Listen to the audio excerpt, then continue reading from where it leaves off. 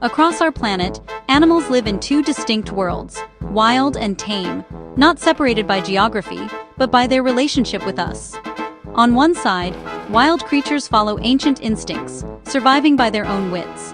On the other, domesticated animals have adapted to life alongside humans, forming bonds that span millennia. Today, we'll explore how these two worlds shape animal behavior, from the hunt of a wolf to the mealtime of a dog, and from the solitary wildcat to the affectionate house cat. We'll see how basic drives, feeding, socializing, reproducing, are transformed by environment and human influence. Join me as we uncover how domestication has reshaped the very essence of these animals, revealing the remarkable adaptability and connections that bind us all. Let's begin our journey into these two fascinating parallel worlds. In the wild, instinct is everything. Every action, from a spider spinning its web to a cheetah's hunt, is hardwired by evolution. Predators and prey are locked in a dance choreographed by survival. Domesticated animals have had their instincts softened and redirected. Domestication favors docility and learned behaviors, like a puppy learning to sit for a treat. The wolf survives by instinct. The dog thrives by adapting to our world. The story of instinct is the story of adaptation, both to the wild and to us.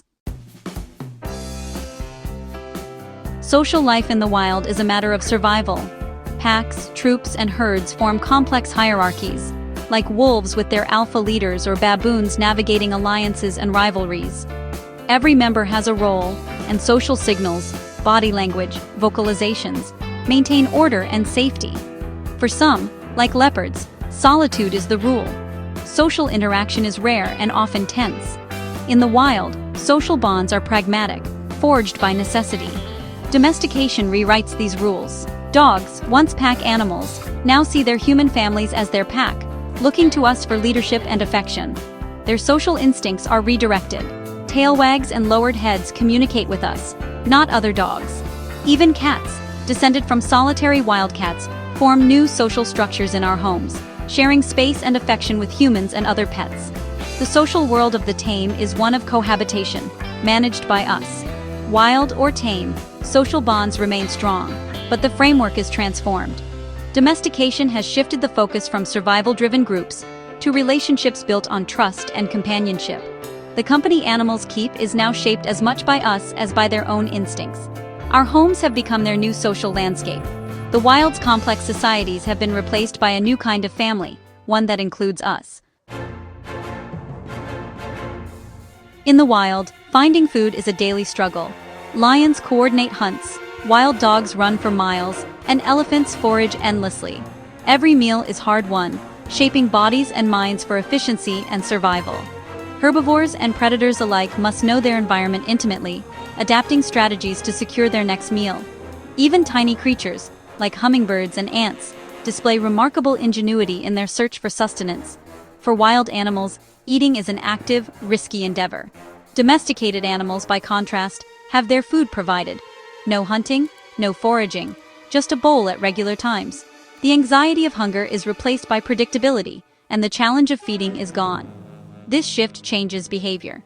Play becomes a substitute for the hunt, as pets chase toys instead of prey. Farm animals, too, are fed scientifically formulated diets, their routines managed for human benefit.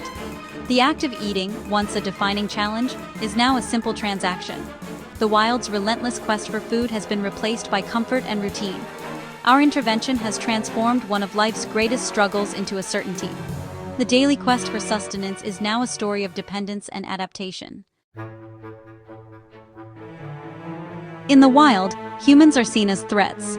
Most animals respond with caution or flight. Wariness is a survival strategy.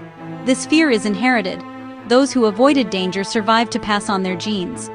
Even aggression, like a mother bear defending her cubs, is rooted in fear, not malice. Our presence can alter entire ecosystems, causing animals to change their habits to avoid us. The natural relationship is one of avoidance and self-preservation. For domesticated animals, the response is the opposite. Trust replaces fear. Dogs greet us with joy, not caution. Cats seek our attention, not escape. This shift is the result of generations of selective breeding for tameness. The fear response has been replaced by an instinct for affiliation and dependence. pets see us as sources of comfort and security, not threats. The bond is unequal, caregiver and dependent, but it's built on trust. Domestication has transformed the ancient dynamic between our species and theirs. The stranger of the wild has become the friend of the tame. Animal communication is a complex symphony. Howls, scents, gestures, all with purpose. In the wild, every signal matters. A wolf's howl marks territory. A bird's dance attracts a mate. A tiger's scent warns rivals. These systems are finely tuned to their environments, ensuring survival and social harmony. Domesticated animals retain these tools but adapt them for us.